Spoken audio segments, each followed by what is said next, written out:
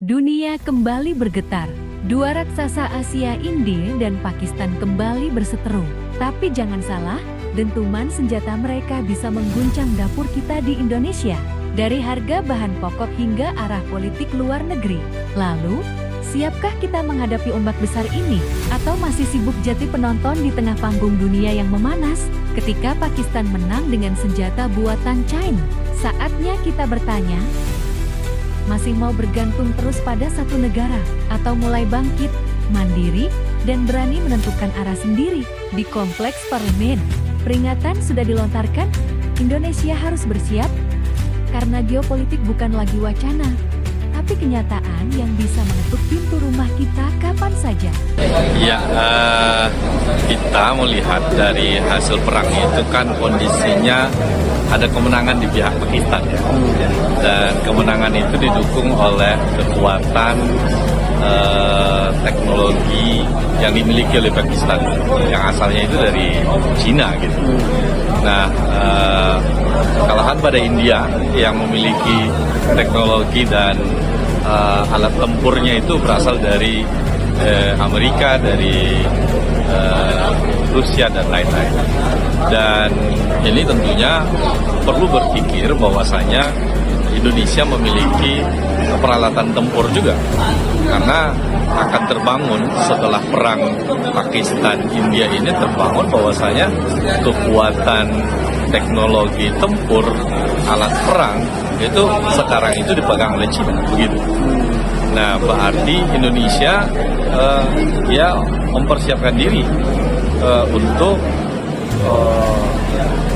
persenjataan itu juga harus melirik Cina, itu diantaranya, sehingga memitigasi kan akan terbangun negara-negara yang memiliki peralatan perang, jet tempur dan segala macam dari Cina itu akan disegani oleh negara-negara lain.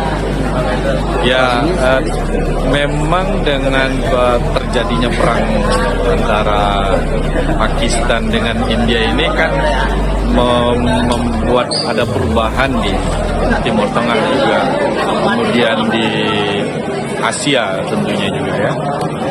Memang ada keterbelahan ya.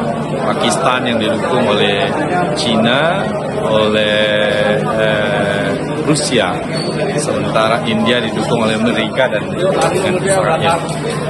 Dan ya, Indonesia harus juga menentukan arahnya, kebijakannya, dan tentu ya kalau kita melihat ke sana ya memang tidak jauh-jauh dari dukungan yang ada sekarang di Palestina misalnya, di negara-negara lain seperti yang terjadi di Ukraina.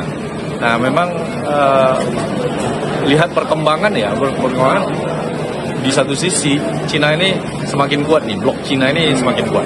Nah, blok Amerika ini semakin, selain hilang kepercayaan dunia ke Amerika, semakin melemah begitu ya. Itu kalau saya melihat, ya sebetulnya memang bebas aktif ini memang tidak bisa menentukan sikap secara terang-terangan, tetapi juga pasti harus menentukan sikap. Nah, di satu sisi memang kita kebutuhan kepada Amerika ada, tetapi kita supaya daya tawar kita kepada Amerika kita tidak terlalu dekat Amerika kan, kita harus juga punya hubungan dengan Cina gitu. Nah, saya lihat Arab Saudi misalnya, contohnya Arab Saudi hubungan dengan Amerikanya kuat, tetapi dia jalin hubungan dengan Cinanya juga kuat, sehingga daya tawarnya akan naik. Begini, kalau kita punya hanya satu senjata kan daya tawar kita kan lemah.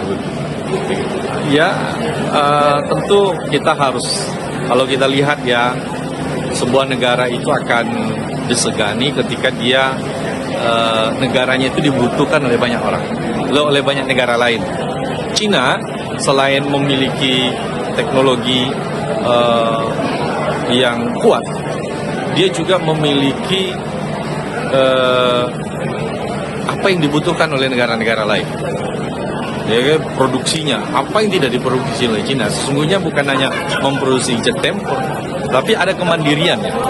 Ada kemandirian pada pangannya. Nah ini sudah dilakukan oleh Pak Prabowo yang dengan bagaimana mandiri pangan kita. Karena rumusnya begini, kalau kita mampu memproduksi yang kita konsumsi, kita akan mandiri. Kalau kita mampu memproduksi yang dikonsumsi orang, maka kita akan maju. Kita akan bisa menguasai orang lain. Tapi ketika kita tidak mampu yang memproduksi yang kita konsumsi sendiri, maka kita akan bisa dijajah. Apa saja bentuknya? Apa yang menjadi kebutuhan kita harus mampu memproduksi. Begitu. Mulai dari pangan sampai senjata. Jadi ada 3 hal yang harus kita produksi sesungguhnya secara mandiri. Pangan, obat-obatan, senjata. Gitu. Terima kasih. Dunia saat sekarang sudah tidak butuh lagi perang satuan, karena 2 perang yang sampai hari ini berlangsung masih belum bisa diselesaikan dengan baik, yaitu di Eropa yang orang tidak pernah berpikir bahwa di Eropa itu akan terjadi perang, dan yang kedua adalah di Gaza. Ya, sampai hari ini perang terus berlanjut dan kelihatannya Israel lebih mengganas ya, dengan tidak membolehkan bantuan-bantuan kemanusiaan, makanan dan lain sebagainya masuk ke Gaza, sehingga sekarang ini sudah banyak anak-anak yang kelaparan ya, yang menjadi keprihatinan. Bahkan Presiden Trump yang sangat keras itu dalam konteks Gaza, dia sudah bicara bahwa kita harus memberi akses kemanusiaan kepada rakyat yang ada di Gaza.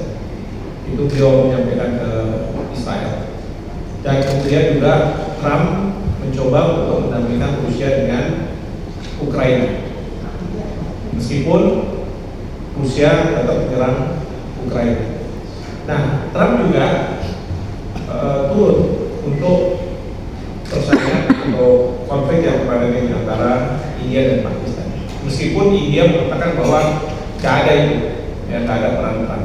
Tapi kalau dari sisi Pakistan, justru Pakistan menyampaikan terima kasih karena ada keterlibatan dari Trump. Nah, jadi kalau saya melihat dunia tidak butuh perang satu lagi. Ya, perang yang besar, apalagi yang kita tahu bahwa 2 negara ini punya senjata nuklir. Ya. Amerika Serikat saja mau masuk ke Ukraina, mereka masih berpikir. Ya, karena apa? Putin mengatakan kalau ada prajurit dari negara asing, maka yang bicara adalah nuklir. Nah, sementara kalau kita lihat Trump bahkan Israel tahu kalau Hamas, Houthi dan Hezbollah itu kan proksinya Iran. Mereka mau menyelesaikan Iran aja mau diserang, tapi sampai hari ini kan tidak. Karena apa?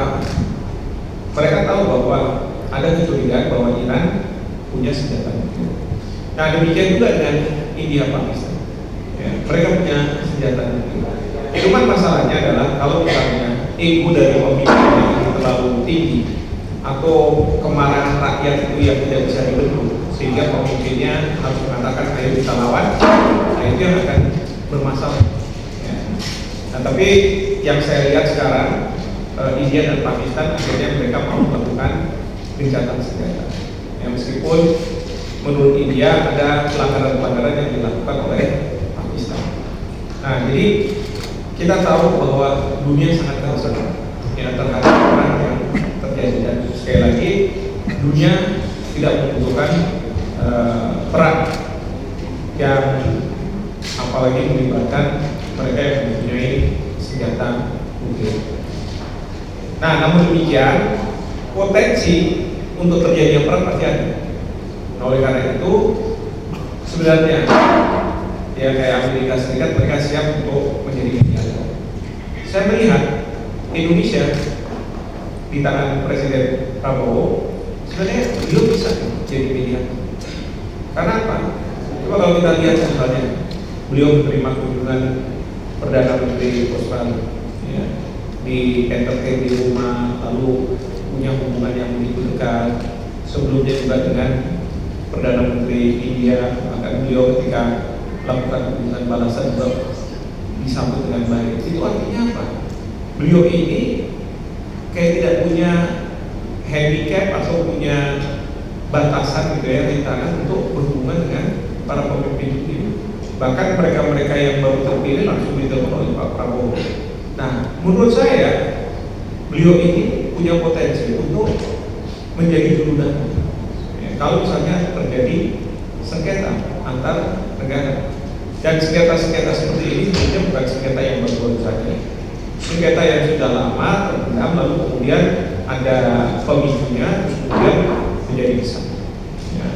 Dan ini yang menurut saya Indonesia kita harus bisa punya peran di dalam melakukan perdamaian ini.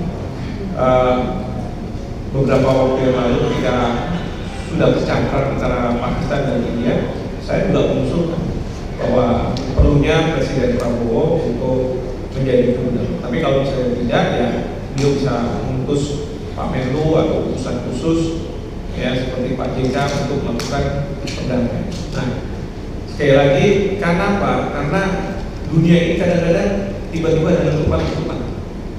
Dan kita ini saat ini pada level yang kita tidak bisa melihat negara ini biasanya kayak begini, negara itu biasanya udah nggak bisa. Yang sekarang kita harus lihat itu adalah siapa yang ada atau pemimpin dari negara tersebut. Saudara-saudara mungkin nggak akan pernah berpikir bahwa di bawah Trump Amerika Serikat sudah meninggalkan nilai-nilai universal, ya, udah ditinggalkan. Nah, di negara-negara lain sepertinya seperti itu. Dan ini semua karena apa? Karena pemiliknya ya, sangat ingin memiliki pemimpin-pemimpin yang kayak model Trump. Dan pemimpin-pemimpin model Trump ini justru yang bisa membutuhkan perang. Ya, jadi itu dampak yang pertama.